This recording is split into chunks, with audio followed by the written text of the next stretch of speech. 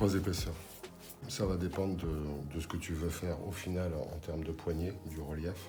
Là, j'ai mis 3 épaisseurs parce qu'en fait, comme la vachette, la VVN, elle est plutôt molle, je les ai refondus de manière à garder la partie la plus rigide. C'est refondu à 20 dixièmes. Donc ça nous fait des reliefs de 6 mm.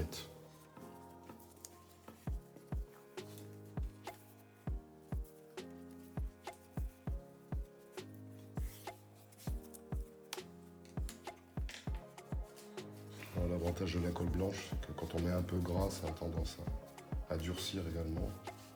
Et du coup, ça nécessite plus de séchage. Allez, cette souplesse.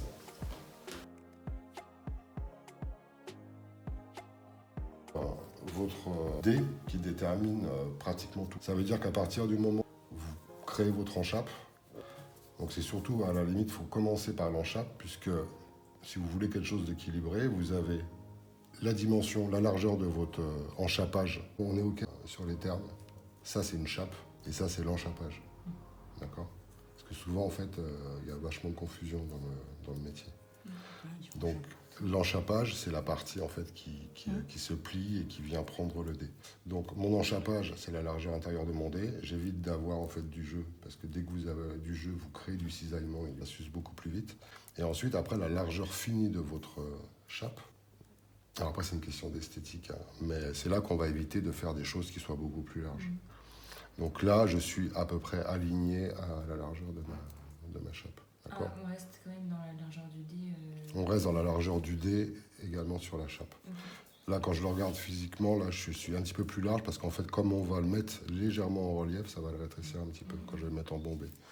Et du coup, là, je suis à dimension finie. Donc en fait, une fois que je vais la fermer, j'aurai à surcouper simplement ma doublure. Et la largeur que j'ai ici correspond à mon filet plus ma couture. Donc en général, sur de la maroquinerie comme ça, on va utiliser donc filet de 3 maximum, 2,5, 2 minimum. Ce qui fait que mon filet plus ma couture, en fait mon point, il va arriver vraiment ici, mon point à cheval, vraiment dans l'angle là. Quand vous faites votre gabarit, il faut que vous sachiez déjà quel type de filet vous allez utiliser, quelle grosseur de fil vous allez utiliser, de manière à harmoniser tout ça. Si vous avez des gros filets et puis du gros fil, et puis du gros point, forcément, et que vous avez que ce dé-là, vous allez vous permettre de faire peut-être 1 mm en plus, de manière à ne pas vous retrouver en fait coincé, d'avoir une couture qui est trop près du bord. Là, c'est pareil, par rapport à la poignée, si vous voulez que tout soit bien, l'extrémité de votre poignet, donc c'est votre relief qui arrive en bout de la poignée, qui arrive au bord du dé, donc vous allez devoir avoir votre poignet fini de la même largeur que ça. Et vous avez besoin d'une certaine distance pour faire votre couture et votre filet. Donc du coup, ce qui vous reste au milieu, ça détermine la largeur de votre relief. C'est-à-dire que cette largeur de relief, plus que là, comme on est en couture main avec le ponçage, et puis surtout, contrairement à ici, en fait, c'est que là, comme je vais venir gainer mon relief, j'ai une partie du côté de mon relief qui est pris par l'épaisseur de ma matière. Donc là, par exemple, j'ai mis 3 mm pour faire filet plus couture. Ici, j'ai prévu 4 mm parce que j'ai une partie de mon cuir en fait qui vient prendre de l'espace ici.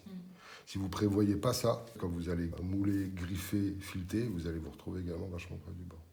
D'accord ? Donc il vaut mieux prévoir assez fin et puis du coup rectifier après par le ponçage si vraiment on est un petit peu plus large ou en utilisant un filet un petit peu plus large. Et du coup, est-ce que ton relief, tu le mets dans ta zone d'enchappage ? Mon relief s'arrête en biseau au bout de ma couture. Et ma couture doit être le plus près possible de mon dé pour éviter le cisaillement. Donc je suis, alors je vais pas sur le dé, mais j'arrive vraiment en butée du dé. Ouais, comme la poignée taureau. Oui. Donc du coup, quand vous allez commencer votre gabarit, vous allez commencer par le gabarit du relief. Puisqu'au final, c'est ce relief plus un petit peu la zone d'enchappage que je vais avoir au niveau de mon dé qui va vous donner votre flèche. Donc c'est déjà cette zone-là, et ensuite après vous allez constituer vos gabarits au fur et à mesure en travaillant. D'accord ? Donc on va commencer par faire cet exercice, de déjà faire un gabarit de relief et puis de découler ensuite le gabarit de dame de poignée. D'accord ? Parce que là donc du coup la construction, c'est qu'on se retrouve avec un relief du dessus qu'on va sculpter, qu'on va mettre sur une âme que j'ai déjà préparé, donc où on a les milieux, de manière à pouvoir poser ici au milieu. avec des zones de parage pour créer le bombé comme je vous ai dit. On part pas les enchapages pour que ça reste solide.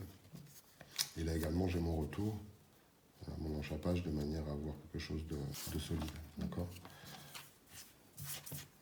Donc on va voir ça. Ensuite on a la partie dessus qui va nous permettre de faire en fait l'habillage, de bien venir habiller.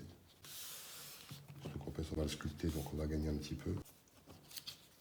Donc on va avoir tout ça, le moulage, l'enchapage, le griffage. Après le griffage on surcoupe à taille. Ensuite on rouvre de manière à faire le colo de nos enchapages. Et ensuite après on referme avec l'échappe pour pouvoir ensuite monter la doublure en dessous en forme et faire la couture. Ça va au niveau du process. Normalement, pour faire une poignée, il faut 2 heures. C'est-à-dire tout est coupé, paré, refendu, chape comprise. Ouais, en fait, ça va très vite. Attends pas que ça sèche la teinte. De la manière où on la travaille. D'accord. Parce qu'en fait, c'est pas de la colo qu'on dépose en grosses couches, mais c'est tu fais de la teinture. Donc, c'est des teintes très liquides qui rentrent à l'intérieur de la matière. Donc, c'est totalement différent. Donc, on fait l'axe le plus long en premier. Sa symétrie, c'est son frère. Elle chante. Donc là, j'ai l'extrémité de mon relief, d'accord. Après, le milieu, c'est vraiment en fonction de ce que vous voulez faire. Vous n'avez pas de règle, en fait. Vous pouvez faire quelque chose d'extrêmement bombé. Vous pouvez faire quelque chose de droit, avec un angle bien précis. Si c'est pour une femme ou si c'est pour un homme, en fait, c'est surtout la largeur qui fait le confort de la poignée. Vous pouvez être bridé par vos accessoires métalliques parce que vous n'avez rien d'autre que ça. Si vous avez des petits dés, vous pouvez faire quelque chose de large. Par contre, si vous avez des grands dés, au départ, vous n'allez pas faire quelque chose qui est plutôt centré au milieu, quoi. Donc soit vous ferez quelque chose de droit, si vous avez des gros dés, soit plus votre dé va être gros à l'extrémité, plus votre centre va être large. Donc tout dépend également du design que vous voulez faire. Donc à partir du moment où vous avez voilà, déjà la dimension de vos dés, vous avez la largeur de votre relief. Hein, là, on pense bien que j'ai la largeur de mon relief, plus 1 mm de gainage, plus ma couture, plus mon filet intérieur de... Mais tu viens pas prendre directement ta cote ici? Parce que là, en fait... Vous l'avez fait en fait. Oui, d'accord. Mais disons qu'en fait, là, tu prends l'intérieur de ta cote de ton dé et tu te dis, voilà, j'ai besoin de temps pour mes filets. J'ai besoin de temps pour ma couture, j'ai besoin de temps pour mon gainage. Là, les cuirs sont refondus à 7. Donc avec le collage, voilà, j'estime qu'il y a à peu près 1 mm de chaque côté qui est pris par mon cuir, plus ma couture, plus mon filet. Après, tout dépend de ce que vous voulez faire. Si vous avez par exemple un cuir qui est très mou, comme un taurillon, où vous allez avoir un cuir de gainage de 12, dans ce cas-là, ce sera peut-être plutôt 1,5 qu'il faudra prendre pour le gainage du relief, plus une couture en fonction de la grosseur du fil que vous voulez utiliser. Donc c'est vraiment aléatoire. Par contre, au milieu, là, vous faites ce que vous voulez. Par exemple, si voilà, je pars d'ici, puis je veux faire quelque chose qui est vraiment une forme très arrondie, je définis moi-même ma courbe. Là, j'en définis un quart. Une fois que je suis satisfait, hop, je viens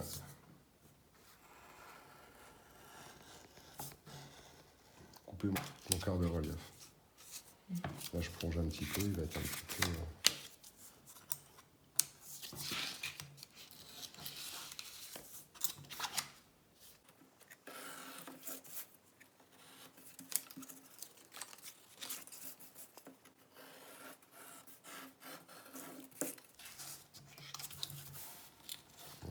Donc là, j'ai mon relief. Par rapport à ça, je vais construire ma poignée. Le relief en dessous, en général, est toujours de la même dimension. Il va être plus court parce que comme on va monter en forme, on le recoupera à taille à ce moment-là. Mais il a la même distance. Puisque là, en fait, je vais coudre. Ma couture va tomber le long de mon relief. Quand je vais coudre droit, il faut que ma couture elle arrive également, pareil, pile poil de l'autre côté. Donc en général, c'est le même gabarit. Sauf qu'il y en a un qui est très fin et puis l'autre qui est plus épais. Ok. Faites déjà votre gabarit de relief, puis après on constitue toute la hame de poignée. Plus la zone d'enchapage, plus le retour. En fait, c'est votre zone d'enchapage. On sait que mon relief va s'arrêter ici. Après la distance, ça va être ça. C'est-à-dire que j'ai mon épaisseur de cuir. C'est pour ça que je vous dis qu'en général, je fais à peu près 7 mm visuellement. Mais par rapport à l'épaisseur de votre matière que vous allez mettre dans votre dé, c'est ça qui détermine en fait la zone d'enchapage. D'accord ? Donc on va reprendre là la même zone d'enchapage à peu près, peut-être même un petit peu moins grande si on fait moins épais. Mais là j'ai 20, vous pouvez mettre 15. 15 c'est une bonne moyenne par rapport à vos cuirs. C'est-à-dire que là, ici sur votre gabarit, là, mon relief, il vient à 10. D'accord, je vais avoir une zone d'enchapage qui va partir de 10 ici. Donc je fais un premier pointage à 10. Je fais un autre pointage 1,5 cm plus loin, comme ça. D'accord. Donc mon premier pointage dans l'alignement ici, mon deuxième pointage ici. Je plie. Après ça dépend vraiment de l'épaisseur que vous déterminez de votre matière. Là je vous donne une moyenne. Moi j'ai mis 20 sur l'exercice qu'on va faire là, parce que j'ai pris un cuir épais. Et si vous voulez être plus fin, vos sacs de ville en général sont quand même assez fins, c'est du petit sac. Donc vous pouvez aller 15, 18, 20. Mais 15 c'est un minimum quand même si vous voulez. Et puis tout dépend. Des fois on a des dés qui sont extrêmement fins. Donc là, si vous avez quelque chose de fin, peut-être que le 12 ou 10 va suffire. Tout va vraiment dépendre à la fois du fil de votre acier et l'épaisseur de votre matière. Donc ça, j'ai coupé une enchape à l'épaisseur finie. Je l'ai enchapé, je me suis dit, voilà, ça me convient de manière à pouvoir tourner un petit peu. Comme il est carré, j'ai besoin d'avoir un peu plus d'aisance en fait, plutôt que par un rond. Donc du coup, j'ai déterminé ma longueur ici par rapport au type de dé que j'avais et par rapport à l'épaisseur que je voulais. Du coup, de base, il va partir quand même de l'épaisseur finale, quoi. Ouais. Pensez à l'épaisseur finale. Pas forcément à l'épaisseur de tranche, parce qu'il va y avoir le filet et tout, mais vraiment l'épaisseur qu'on a au centre ici, quoi. Donc du coup, je me retrouve avec mes 15 là. Et ce que je fais en plus, au milieu, je viens faire un axe de symétrie. Donc comme j'ai 15 jaunes d'enchapage, je fais un pointage à 7,5 ici, de manière à pouvoir faire un autre axe de symétrie qui va me permettre en fait de plier mon carton pour simuler mon pli. Voilà. Donc ça, c'est la moitié de ma pièce finie. Et je fais la même chose de l'autre côté. Donc du coup, là, j'ai pas besoin de refaire ces deux pointages-là. Je refais. Alors, faites attention de le bien aligner, parce que le risque, quand vous avez des gabarits qui sont longs et fins, c'est de ne pas être forcément bien aligné au niveau de votre axe de symétrie. Surtout si vous avez foiré votre axe comme moi là. Je vais faire un repère pour être sûr. Donc là, je repointe mon axe de symétrie.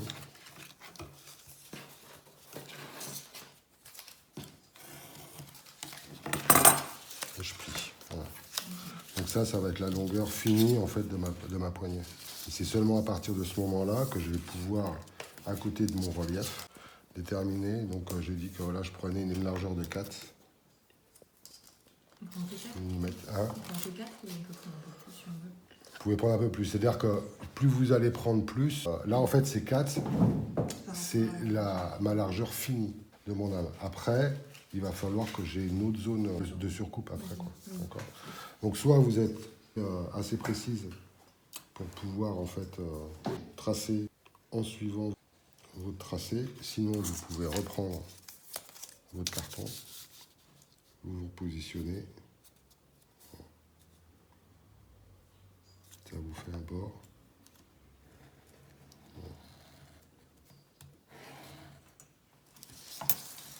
Okay. Donc ça va être ma zone de surcoupe finale. Et ensuite après, si je veux une surcoupe par exemple, pour être confort, on va être 5 mm. Donc du coup, je trace à 9. Et quand vous travaillez comme ça, vous coupez juste un quart en fait. Je fais que des conneries. Ok. Et ensuite, après, vous n'avez plus qu'à dérouler votre carton et faire vos 4 côtés.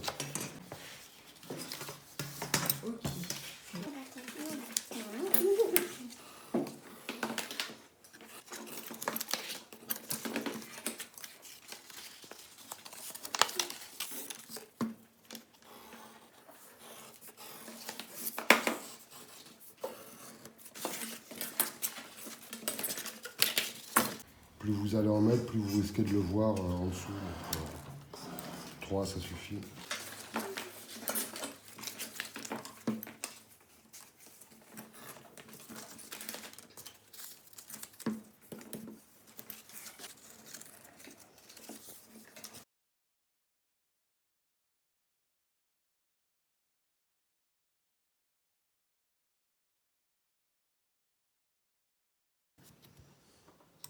C'est quoi ta technique pour avoir des coupes bien droites? Plus t'es épais en fait, et plus tu risques de te mettre en biais d'un côté ou de l'autre, quoi. Donc c'est vraiment être hyper vigilant sur l'alignement.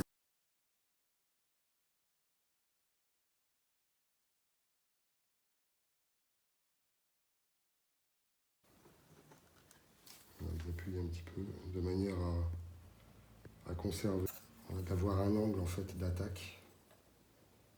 Comme ça votre couteau apparaît. Et là ce que je veux c'est retirer en fait tout mon relief plus la toile.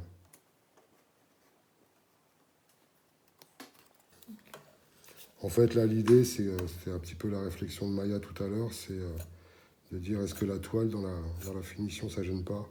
Au niveau de l'enchappage il n'y a pas grand chose donc je peux toujours le laisser. Par contre ce qu'il faut c'est virer la toile sur la largeur du fil à peu près. Donc là du coup je viens un petit peu plus pentu. En fait, ce qui va bien, si vous pouvez en récupérer, c'est les toiles que mettent les tapissiers à l'arrière de leur fauteuil sur les dossiers. Ils appellent ça de la satinette.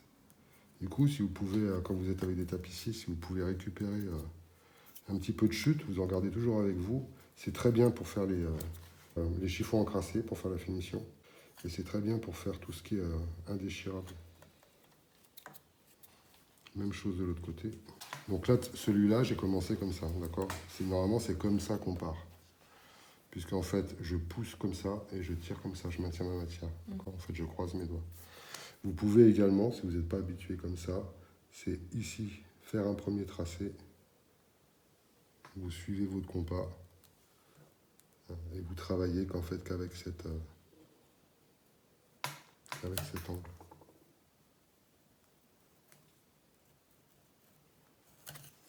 Voilà, je préfère en fait que vous laissiez un petit peu de toile, qu'on arrivera toujours à gérer avec la finition, plutôt que entailler le cuir en dessous.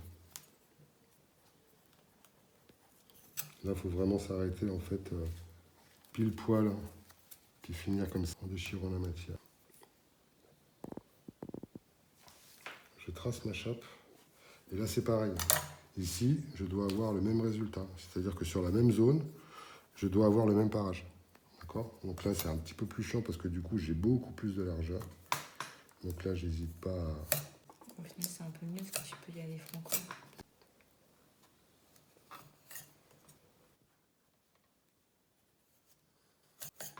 Du coup, je le retrace, maintenant que c'est pareil.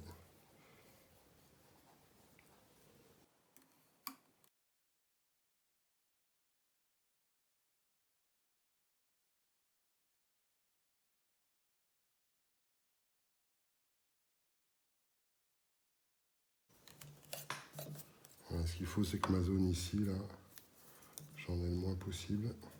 J'essaie de faire un parage plus fin, juste au niveau des bords.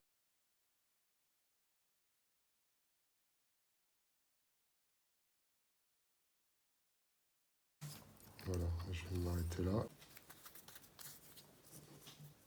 Là, du coup, vous rééquilibrez votre relief.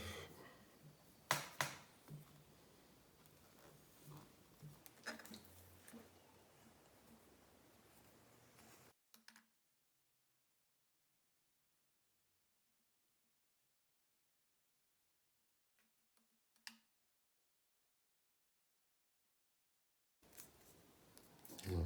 Donc là, on voit qu'on va avoir quand même un bon relief assez pointu sur le dessus. Ton guide pratiquement à l'avant et tu viens bien le pousser. Voilà. D'accord. Et tu le mets en position comme si À tu allais plat, faire un parage en bord. Ouais. Ok.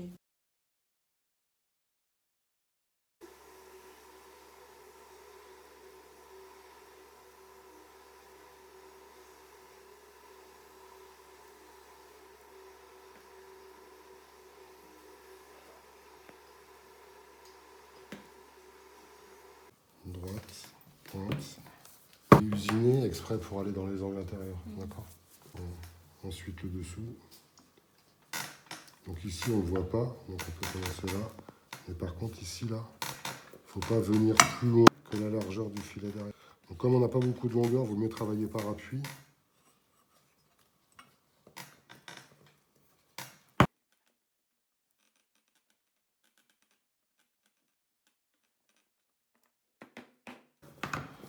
Quand on filte comme ça à chaud, bon là il est un peu froid quoi. Et une fois qu'on a fileté dessus-dessous, ensuite on vient bien lisser avec le filet.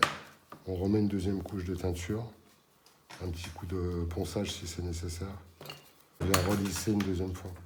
Là il faut de la teinte. Quand vous faites la teinte sur la chape, il faut mettre de la teinte comme ça. Quand vous filetez, là, quand vous teintez, c'est ici, ici et ici. Parce qu'une fois que ça va être piqué, là, ça va être cousu, on ne pourra pas revenir dessus. Et du coup, quand je vais coudre mon filet plus ma couture, je vais garder mon bombé au milieu. Et du coup, toute cette partie-là va être plate. Mais au milieu, je serai bien bombé. Ce qui fait que là, en fait, je crée mon bombé. Là, je vais pouvoir en fait rester à plat. Et ça évite de bomber celle de la partie du dessous. De manière à avoir un bon collage sur la gorge du sac, etc. Ouais. D'accord ? Okay. Voilà, c'est une technique. Plus vous allez être épais au niveau de votre petit relief là, que vous allez avoir une différence entre votre parage à plat et le truc, plus vous allez arriver en fait à le coquer. Voilà. C'est juste l'idée d'avoir quelque chose qui soit bien, surtout quand vous avez un cuir comme ça un peu satiné, brillant, là, avec le filet, la couture main, un petit coup de tirage dessus, ça donne tout de suite beaucoup de lumière, beaucoup de relief.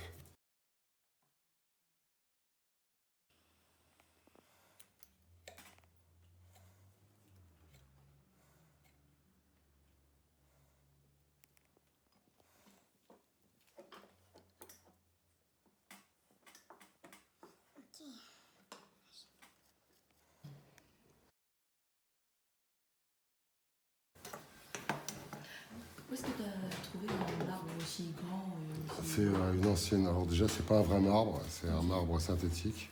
C'est la table de nuit d'une de mes grandes tantes que j'ai récupérée quand j'ai vidé sa maison. Enfin, c'est une table de salle. J'ai viré la structure et j'ai gardé là.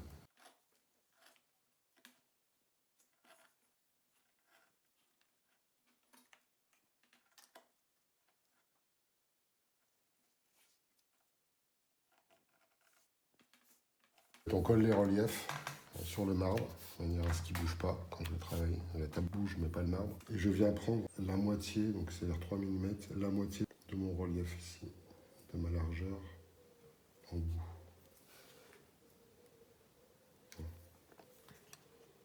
Et je viens tracer tout du long. Et quand je dis tracer, c'est graver presque. En fait, il va servir de guide au couteau. Ça va faire un rail. Même chose de l'autre côté. Donc normalement, tout ce qui reste à l'intérieur, c'est la partie en fait qui ne va pas être travaillée. C'est la partie qui va être plutôt plate. Ici. Quand vous avez des compas comme ça, il y a toujours une pointe qui est plus coupante et plus émoussée que l'autre. Celle qui va vous permettre de faire les tracés. Ton compas, tu l'as fait tout seul? Tu l'as raboté un peu? Ouais, je l'ai meulé, mais c'est le cas là. Voilà. Ici, mon relief doit être le plus fluent possible. Je vais me caler la partie basse de mon couteau à parer et à l'angle inférieur de mon truc, d'accord? Donc je vais me caler comme ça. Voilà. Et là, du coup, j'essaie de garder toujours le même angle dans ma saignée.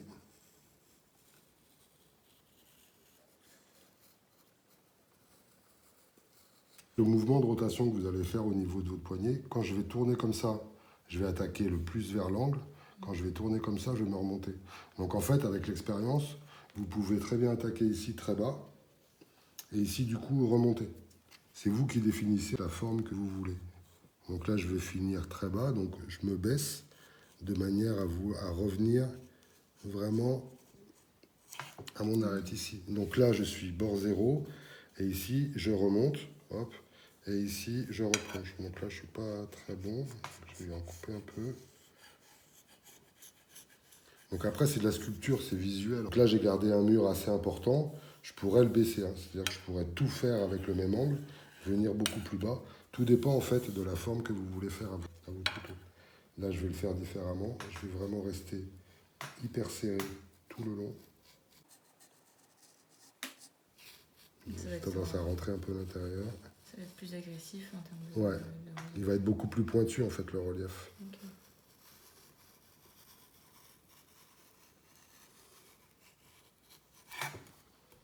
Là, j'ai quelque chose de vachement plus pointu. Là, j'ai quelque chose qui va me permettre d'être beaucoup plus rond. Parce que le reste, en fait, je vais le travailler à la bacar.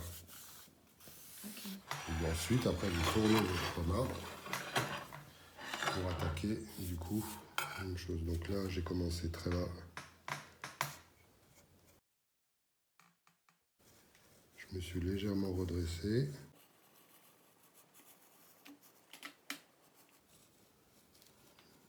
Et ensuite, je replonge pour venir.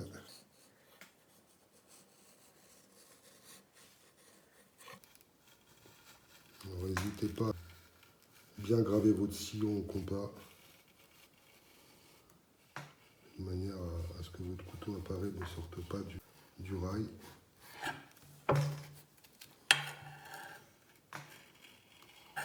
Surtout là, quoi. Là, vous regarderez, je vais vous le laisser là, mais là, j'ai fait un beau trou dedans. Là, je suis bien régulier, mais pas là. Ensuite, tracé de compas à 7. 7 ici, 7 ici. Et là, je viens faire un biseau bord 0. Ok. Pour la fin de mon sac. Et quand je suis parti en 91, on avait des reliefs en cuir qu'ils emboutissaient en fait. Ils étaient déjà tout formés, quoi. On avait juste à les reprendre en fait un peu. Comment ils font s'ils le font automatiquement C'est une société qui est plus que centenaire à Lyon qui s'appelle Joint Janic et ils sont spécialisés pour l'emboutissage du cuir. Donc ils travaillent beaucoup pour l'automobile et ils font également tout ce qui est embout de queue de billard. C'est l'embout de queue de billard en cuir, là, quand tu mets le bleu, bah ça en fait c'est du cuir qui est embouti. Donc ils ont une technique où ils viennent tremper des collets végétaux dans des huiles avec des mélanges un peu spéciaux, ça le ramollit bien et ensuite ils mettent ça dans des grandes matrices avec énormément de pression et ils viennent... Et là, c'est pareil, en fait. Ils venaient compresser des morceaux de cuir dans des moules qu'ils laissaient sécher et ensuite on recevait les trucs. Ouais. Alors, si vous voulez quelque chose d'anguleux et puis que vous avez quelque chose de correct dès le départ au couteau appareil, vous pouvez le laisser tel quel. Sinon, après, vous pouvez reprendre toutes vos arêtes à l'abacar. Donc, en fait, prenez votre abacar, vous prenez un angle et tout ce qui déborde, ça va partir avec l'abacar. Donc là, je viens d'adoucir ma première ligne qui est sur le flanc. Et là, je viens adoucir ma ligne du dessus.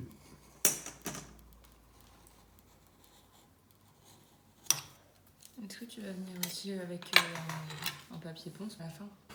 Oui.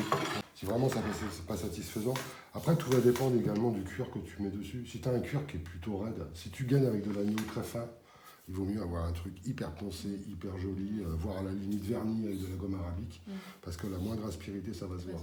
Après, si tu as un box qui fait 7, 8 dixièmes, où tu vas pas sentir le graton, c'est pas la peine non plus. Après, c'est toujours une question également de temps et de rendement, hein. C'est-à-dire que voilà, il faut pas non plus passer 1 heure sur un relief. Toi, la poignée, il fallait qu'on la fasse en 2 heures, cousu main, asticage traditionnel, donc en fait, il fallait pas traîner quand même. Il n'y a pas grand chose à reprendre sur celui-là. Ici, là, j'ai rien. C'est bon, donc le dessus.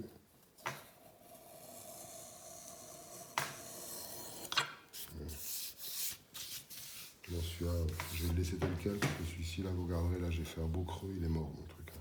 Je ne pourrais pas l'utiliser. Voilà. Après, voilà, je peux un peu plus insister là, si je vois que c'est trop pointu. Hop.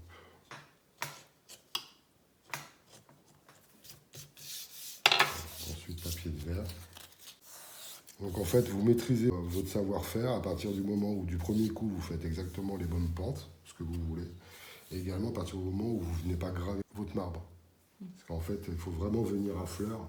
Si vous avez appuyé trop, puis vous êtes trop pentu, bah non seulement vous allez abîmer votre couteau, mais après votre marbre, il va être également creusé.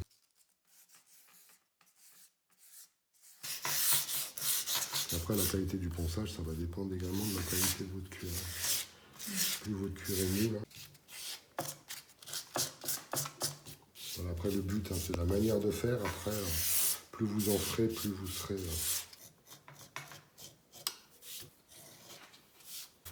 Et pour finir, vous prenez votre couteau à pavé. Vous allez l'aider à décoller comme ça. Évitez de tirer dessus, parce que du coup, vous allez l'allonger.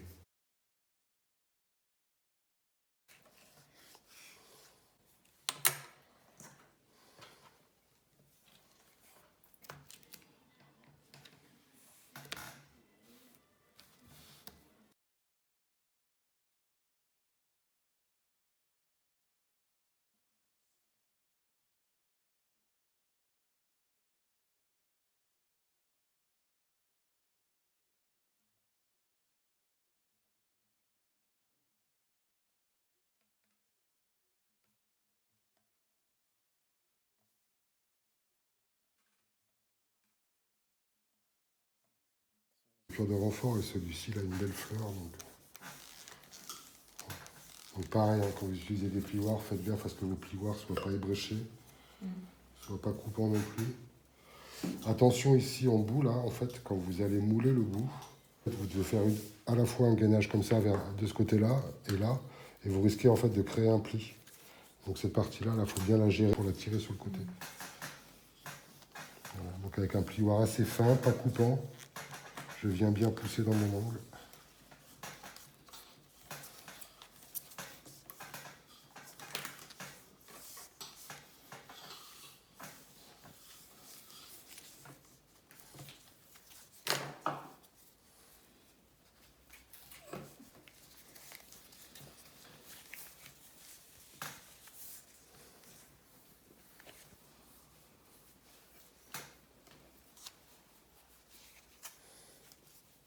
Je le fais avec mon compas.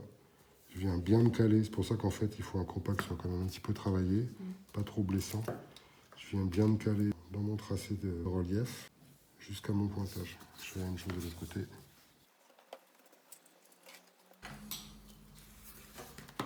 Voilà. Et maintenant, je peux griffer. Je me cale ici dans l'angle. Je commence à mon pointage. Je me redresse à la verticale. Et là, j'hésite pas à traverser. Là. Okay. Ah, tu coupes ton colleton. Quand vous griffez, vous montez sur 3 ou 4 points pour être sûr de vous raligner. Je me redresse bien droit. C'est une mesure de combien que tu as pris? Numéro 8, ouais. C'est 3 points.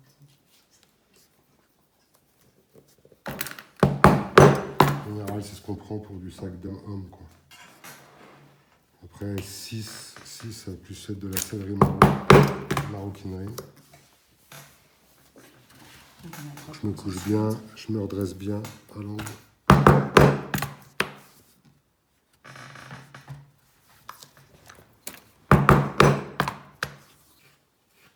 Donc forcément, comme c'est votre relief qui guide la griffe, si votre relief est mal taillé, pas droit, ou s'il est mal posé, votre couture va être également vrillée. Et donc là, je regarde de manière à bien tomber. C'est bon, je tombe bien.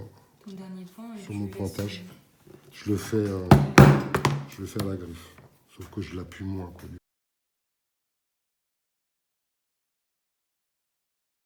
Tu as un sillon, donc en fait ton truc il fait.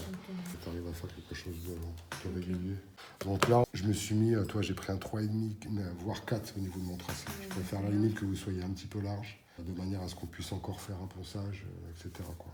Mais disons que là, voilà, vous avez déjà votre poignet qui est pratiquement dessiné. Tout on va gérer après, c'est que ici, là, on va voir en fait jusqu'où on doit poncer. Là, on va devoir se rapprocher pour être sûr de bien rentrer dans le dé surtout. Vous vous mettez sur le tracé, vous vous alignez. Vous coupez droit. Tracé, je m'aligne. Je coupe droit.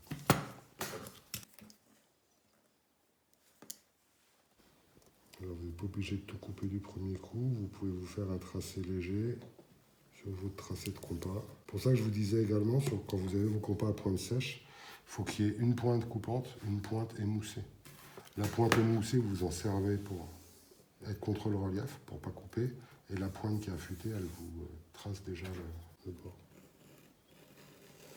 Deuxième passage, j'insiste un peu plus.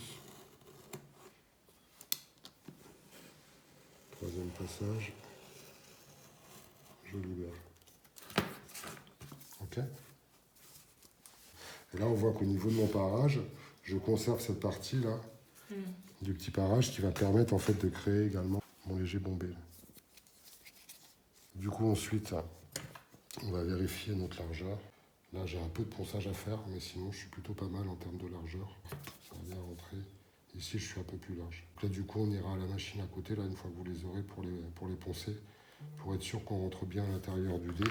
On rouvre, on fait l'asticage, des enchappages. Pareil qu'en fait, on va faire les enchappes en même temps.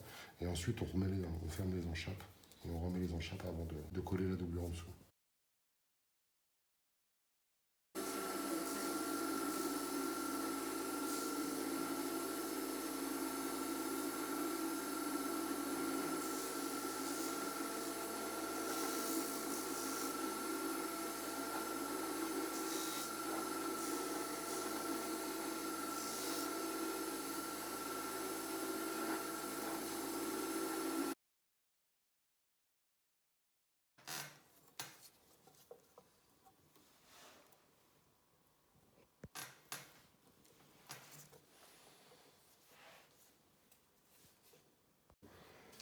Quand on dit 2 couches de colle, c'est 2 couches de colle bien étalées, bien fines. Ah oui, bah. Sinon, si tu colles avec deux plaques de chewing-gum, ça va pas être stable.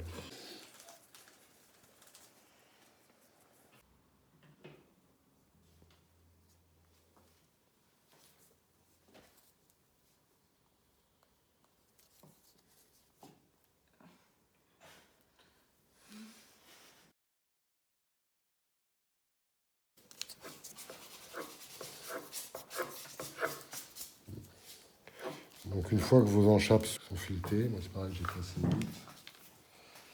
Donc on en colle.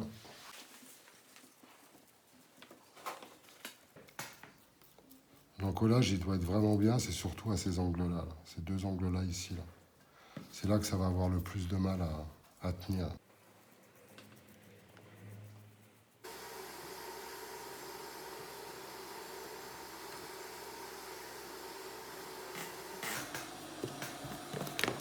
Un petit coup de ponçage à la machine, filetage dessus-dessous, asticage, et on peut l'enchapper. Ok? Ok.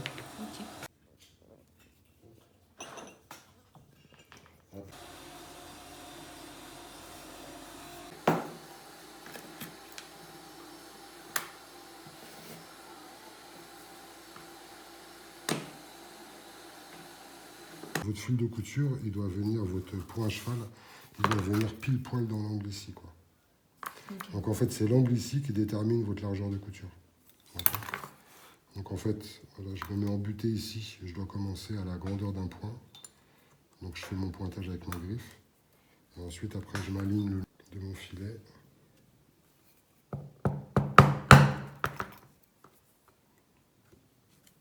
Je mets légèrement anglais. Elle est grosse cette griffe. Je ne vais pas les taper, je vais faire juste à la main.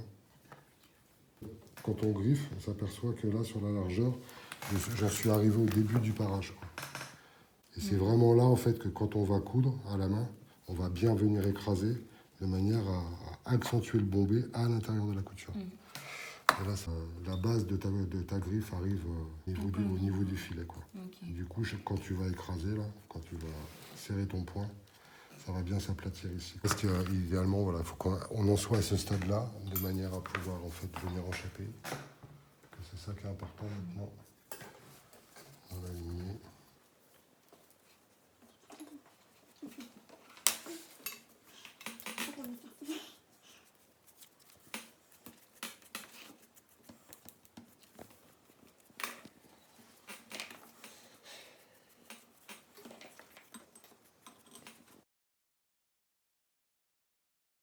Tout va dépendre.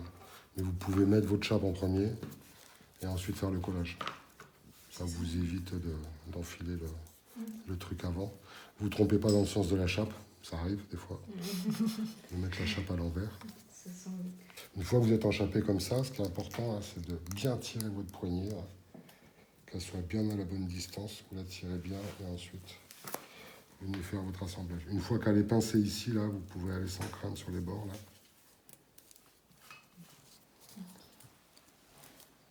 Cette partie-là, elle est vachement importante.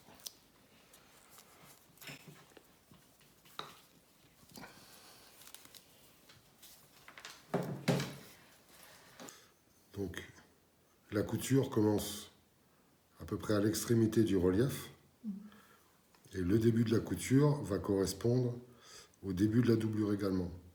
Donc, pour être sûr de bien positionner la doublure et de bien préparer le parage de l'enchappage, on se met dans la passe à coudre, on se positionne avec une haleine ronde comme si on allait commencer à coudre et on vient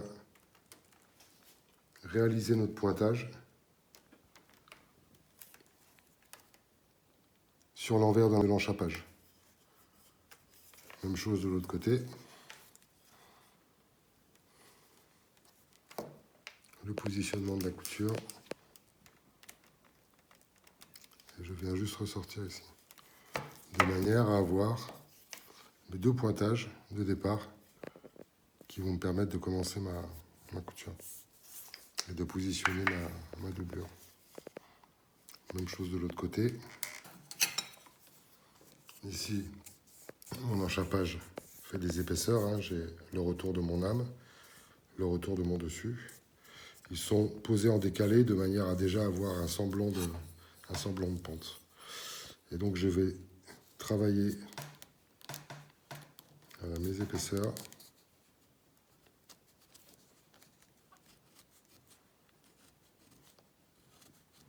Là, je fais un parage progressif pour ne pas sentir mon cuir sous la doublure. Ici, si j'ai besoin d'amincir légèrement, je travaille également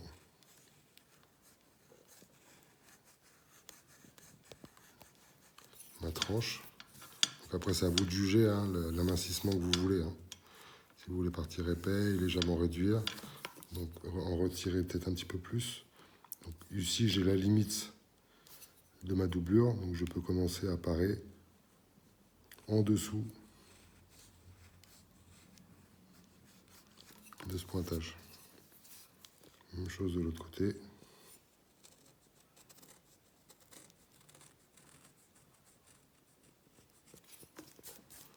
Voilà. Ici, je travaille l'épaisseur de mon box.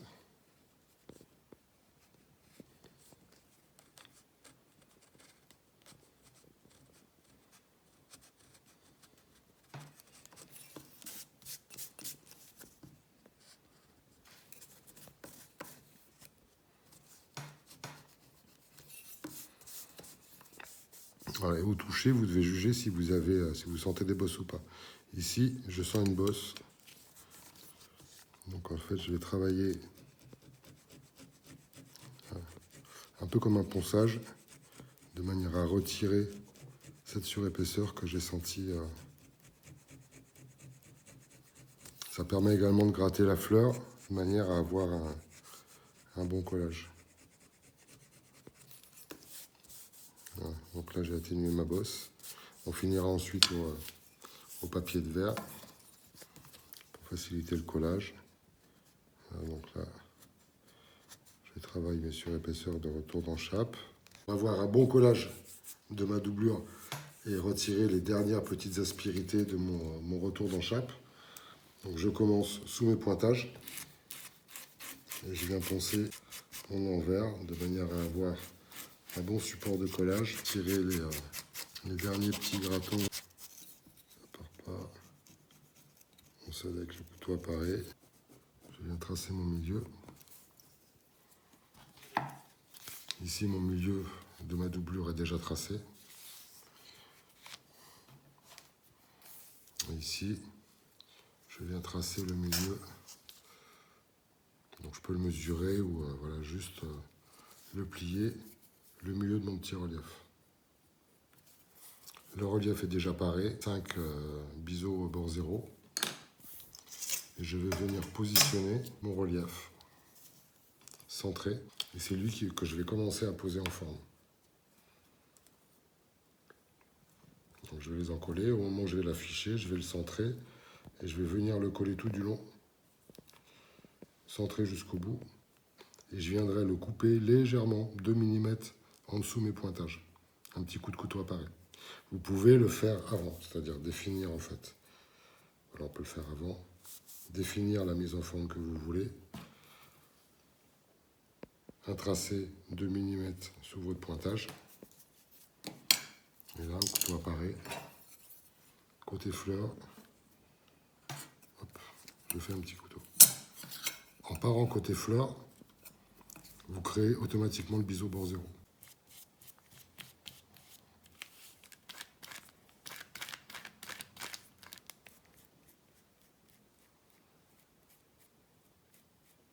Donc je colle jusqu'à mes pointages.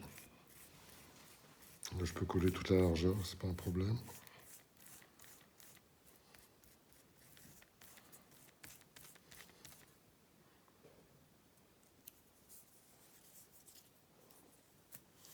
Et je viens me positionner à l'endroit que j'ai défini, 2 mm sous mes pointages.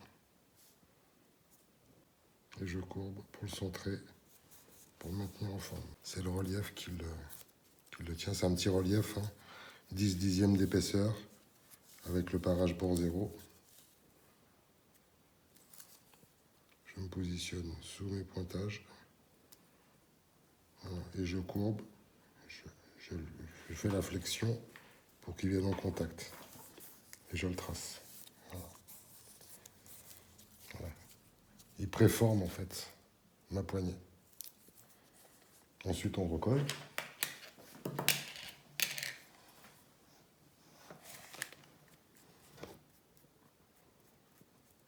Jusqu'au pointage. Mes deux parties sont collées, la colle est sèche, je vois mes pointages, mes parages sont faits. Je viens positionner en centrant ma doublure. On a de la marge, hein, donc on n'est pas au millimètre près. Mais je viens me positionner droit, juste sous mes pointages d'à côté. Je retourne ma poignée et je viens me positionner centré, droit, sous mes pointages de l'autre côté. De manière à ce que mon premier point de piqûre soit à cheval sur la doublure, pour éviter que la doublure ne se décolle. Donc là, en fait, on voit la marge de mise en forme. Ensuite, soit on a un moule qui est dédié, sinon, vous pouvez le faire sur le genou. Voilà. Je viens donc, en centrant ma poignée, appliquer en forme ma poignée. Une fois qu'elle est posée, et ensuite vous venez fermer le bord, pareil à la pince parapluie.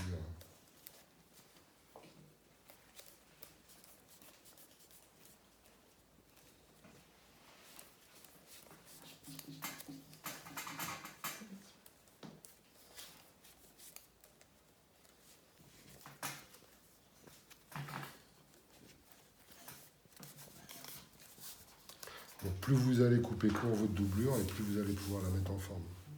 Le problème, c'est que plus vous allez la mettre en forme, c'est que plus vous allez vouloir la remettre à plat pour la coupe, plus ça va être chiant. Ah oui. Donc après, c'est un choix, quoi. Là, avec ce cuir qui a tendance à friser, il vaut mieux la mettre à taille dès le départ. Du coup, ça va libérer de la matière.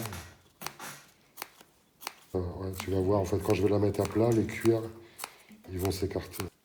Toi, en fait, Ah oui, ça va bien. Oui, ouais. toi, ils s'ouvrent, en fait. Donc, ça te donne de la matière. Ça évite de trop tirer, quoi. En dessous. Ok. Puis ensuite, une fois que vous avez piqué, la meilleure des écoles, c'est au cutter, à plat, comme ça, sur la trompe, pour recouper Ah votre ouais. doublure. Ok. Voilà. Se mettre à plat, c'est pas recommandé, parce que du coup, vous allez étirer votre doublure. Donc, nous, on le faisait au couteau à pareil. On se mettait au couteau à pareil comme ça, puis on coupait au couteau à pareil. D'autres le faisaient au couteau à pied sur le coin de la table avec un billot. Sinon, après, le mieux, c'est au cutter et tu viens raser après ta couture, quoi. Ok. Ensuite, après couture, ponçage, de manière à être à la bonne largeur partout. Filetage dessus-dessous. L'idée un carré de végétal, là, décreusé pour enquiller le relief, de manière à être bien stable. Parce que quand vous devez faire un filet là-dessus, c'est pas top, quoi. Ouais. Je vais commencer la couture main. Vous pouvez retrouver dans les vidéos précédentes. Elle sera inscrite en description également. Vous pouvez retrouver les bases de préparation pour préparer votre fil de couture main. Hein, méthode cellier, un fil, 2 aiguilles. Et également les bases pour réaliser la couture main. Vidéo numéro 1, présentation des outils et préparation des fils. Vidéo numéro 2, la réalisation de la couture cellier.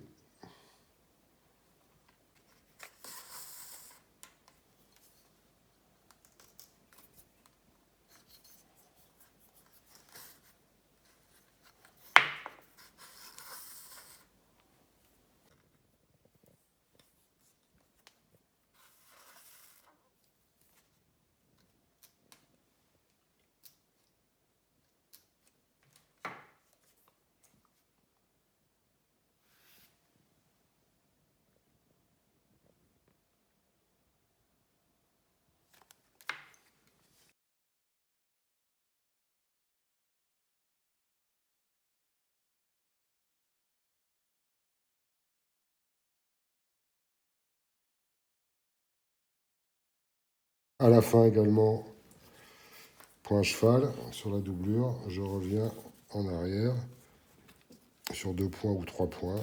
Normalement 3 points, mais là pour commencer j'en ai fait 2. Pour finir, je sors mes fils pour l'instant à l'arrière. Et je viens ici les sortir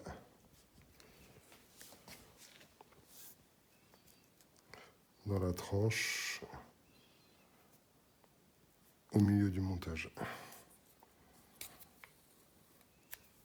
Pour un et pour deux.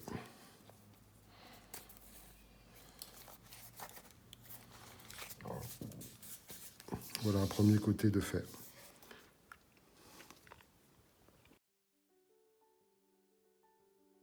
Donc là, je viens de finir la couture. Je sors le fil dans la tranche. Voilà, je coupe à ras. Je tire bien dessus. Coupe à ras.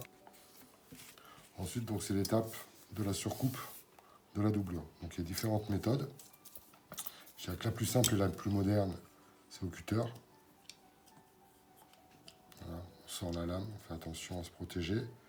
Une lame neuve si possible. Mais on va venir, en fait, plutôt que couper, on va venir araser. En buter contre la tranche. Donc bien droit, bien à plat. Voilà, j'arase ma doublure le long de la tranche, déjà taillée à distance.